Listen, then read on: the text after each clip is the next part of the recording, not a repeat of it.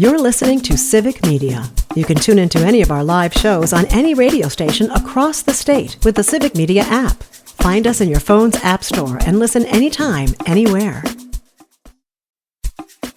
This is your WFHR Daily News Roundup for locally grown radio 97.5 FM and 1320 AM and WisCountry 105.5 FM WIRI in Wisconsin Rapids.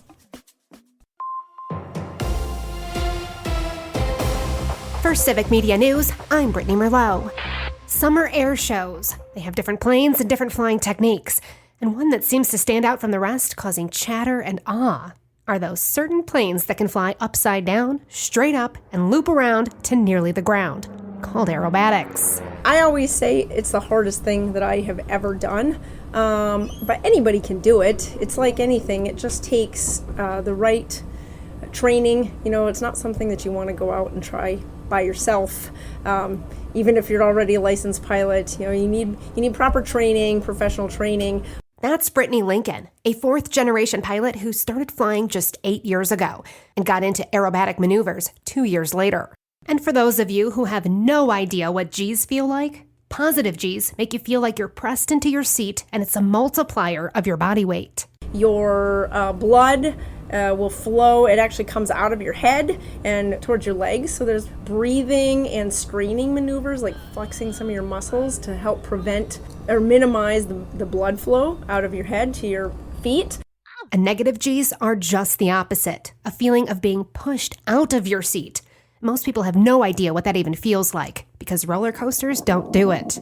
And there's really not much that you can do for the negative. The blood then is, of course, the opposite, going to your head. And the best thing that you can really do, you can strain a little to prevent, but you mostly just relax. Obviously, the hard part is when you go from negative and you've got all the blood in your head, and then in a split second you go to positive, and so you have to train for that. Yeah, that's where you can go kind of gray out, black out. So you train for all that. A frightening reality that most don't know about watching from the ground. For Civic Media News, I'm Brittany Merlot. More than 150 new high schools have joined the Direct Admit Wisconsin program. Joanne Krulotz has the story. Under the Universities of Wisconsin System program, qualified high school students from participating high schools are automatically admitted to up to 10 UW schools without ever having to submit an application. Students must choose to participate in the program and are admitted based on their grades and coursework after completion of the junior year. They must meet all admissions requirements, enroll for their senior year of high school, and stay on track to graduate. In total, Direct Admit Wisconsin delivered more than 33,500 admission offers to high school seniors from 467 high schools. Summertime usually means being more active outside. This extra activity can bring on knee injuries if you jump in without being prepared. The most common knee injuries that we see during the summer months are your typical strains and sprains. But it's usually related to recreational activity, water sports, outdoor sports, anything cycling, hiking. Dr. Joseph Mueller is an orthopedic surgeon with Aspirus Health. He says that while sprains and strains are the most common injuries, often they can be avoided with a few simple habits. The best ways to prevent injuries is to remain active and strong. Regular walking activity, strength training, those types of things can help prevent injury and go a long way to staying healthy. Dr. Mueller said proper footwear is also important. Having nice, well-fitting athletic footwear or even hiking gear and boots, if you're going to be doing those type of uneven surfaces and trails, can go a long way to preventing injury. Another injury prevention method is to stretch before you start. I'm Melissa Kay for WFHR WIRI News. Baseball tonight. Hi, I'm Mike Clemens with sports. The Brewers open a 3-game series against the Pirates tonight after a thrilling 7-6 win yesterday to sweep the Mets. The game tied at 6-6. Bottom of the ninth. Isaac Collins at the plate. FanDuel, Wisconsin. Collins today with 2 hits. He's 2 for 4. Collins, fly ball, deep into right field. Isaac Collins, it is a walk-off home run. He's done it again, and the Brewers have won their 9th straight game. Now, despite the floods in Milwaukee, over 37,000 fans came to the ballpark To support the team, was there concern they might stay home? I wasn't sure. Yeah, I honestly didn't know if fans weren't going to be able to make it, and they showed out. That's just AM fam for you, the Brewers Nation. They love their Brewers, and I love playing for this team. That's the Brewers' Isaac Collins. With sports, I'm Mike Clemens.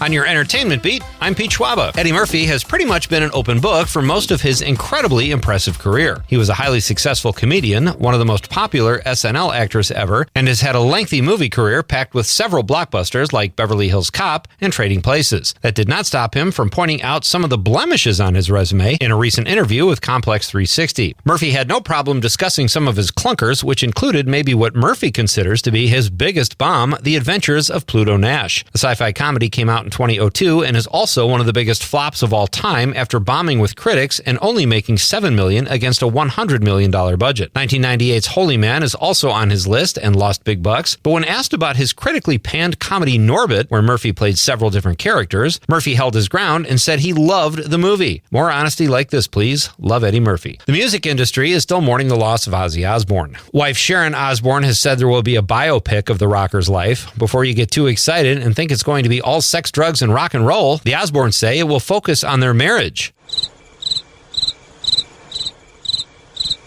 The project was first announced in 2021, and all the Osbournes will play a role, with his children being listed as producers. Here's a vigilante justice news update. The Batman Part 2 has movement. Production will start filming in the spring of 2026, according to Variety. The film will not hit theaters until the following year, with a premiere date set for October 1 of 2027. Robert Pattinson is back to portray the Dark Knight. The production has been delayed several times, but all the ducks appear to be in a row. Matt Reeves is back in the director's chair. I was beginning to think this would never happen. James Cameron's Titanic won 11 Oscars and made over $1 billion at the global box office. The film almost had a much different look, though, as Matthew McConaughey was a frontrunner for the role of Jack Dawson, which ultimately went to Leonardo DiCaprio in the 1997 film. According to producer John Lando's book, McConaughey had a great read at the audition and everyone liked it. Cameron thought it was great too, but asked the actor to read it again. McConaughey said no, that was good, which according to Landau kept McConaughey off the cruise. The world is about to get funnier thanks to Warner Brothers, who has just announced it has greenlit a Kristen Wiig and Jonah Hill film, a new comedy called Cut Off. The two funny stars play a pair of entitled siblings, according to The Hollywood Reporter. Hill is attached as the film's director and Wiig is producing.